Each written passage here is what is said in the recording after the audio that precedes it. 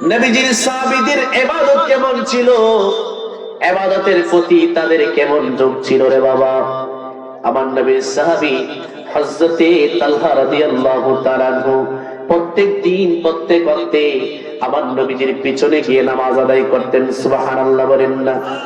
নামাজ আদায়ের পরে অন্যান্য সাহাবায়ে কেরাম নবীজির মজলিসের মধ্যে বসে থাকতেন, আর আমার নবীজি বিভিন্ন ধরনের কথা বলতেন, উপদেশ দিতেন, সাহাবায়ে কেরামদেরকে নিয়ে বড় আলোচনা করতেন দীর্ঘ সময় নিয়ে।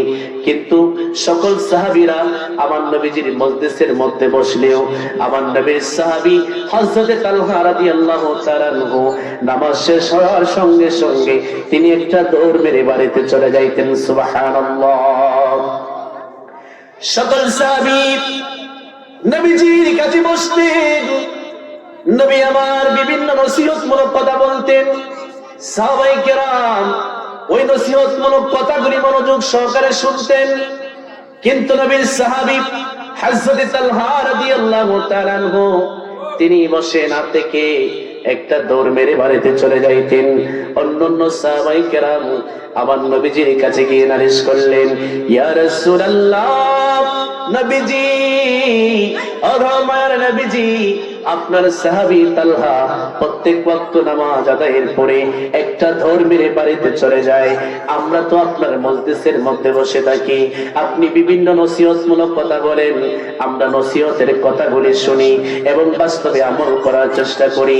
ইয়া রাসূলুল্লাহ, কিন্তু আপনার সাহাবী হযরত তালহা প্রত্যেকটা ওয়াক্ত নামাজ শেষ হওয়ার পরে পরে আর একটা সেকেন্ড এখানে বসে না, একটা দৌড় মেরে বাড়িতে চলে যায়। ইয়া রাসূলুল্লাহ, আপনার মাধ্যমে আমরা জানতে চাই হযরত তালহা প্রত্যেক ওয়াক্ত নামাজের পরে কেন বাড়িতে চলে যায়? সুবহানাল্লাহ বলেন না। নবী আমার বললেন, রে সাহাবীরা, পরবর্তী ওয়াক্তে হযরত তালহা যখন নামাজ শেষ হওয়ার পরে বাড়ির দিকে রওনা হবে, তোমরা বলবে তালহাকে, তালহা যেন একটু সময় বসি।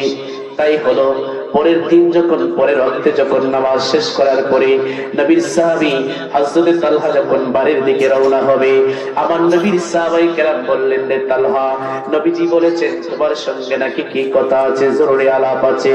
নবীর সাহাবী হযরত তালহা বসে রইলেন।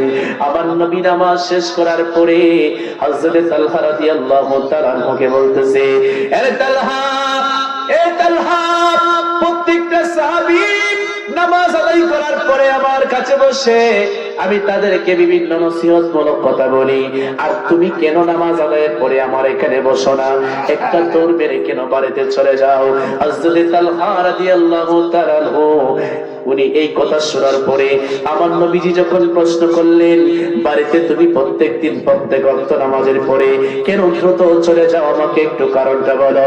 হযরত তালহা দুইটা চোখের পানি ছাড়তেছে আর বলতেছে, ইয়া রাসূলুল্লাহ, নবীজি, আমি প্রত্যেক দিন প্রত্যেক ওয়াক্ত নামাজের পরে কেন সঙ্গে সঙ্গে বাড়িতে চলে যাই, এটা যদিও আমার অন্যান্য সাহাবী ভাইয়েরা জানে, আমার বিশ্বাস, আমার আকীদা আপনি নবী ভালো করে জানেন। সুবহানাল্লাহ।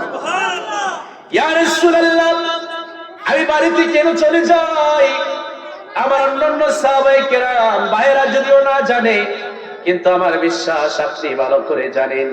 বলে, কেন চলে যাও একটু বলো। সাহাবী হযরত তালহা রাদিয়াল্লাহু তাআলা কই, ইয়া রাসূলুল্লাহ, নামাজ আদায় করার পরে বাড়িতে আমি এই জন্য চলে যাই, নবীজি, আমার ঘরের মধ্যে নামাজ আদায় করার মতো একটা মাত্র কাপড় আছে। আল্লাহু আকবার বলেন। কয়টা কাপড় রে বাবা? একটা মাত্র কাপড় আছে।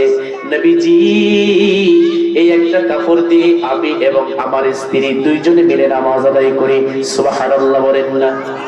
ইয়া রাসূলুল্লাহ, একটা কাপড় দিয়ে আমি এবং আমার স্ত্রী দুইজনে মিলে নামাজ আদায় করি।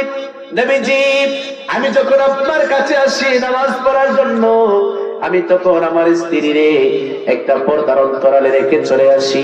ইয়া রাসূলুল্লাহ, এই জন্য আমি অতি দ্রুত বাড়িতে চলে যাই, নামাজ পড়ার পরে আপনার কাছে বসে থাকি না।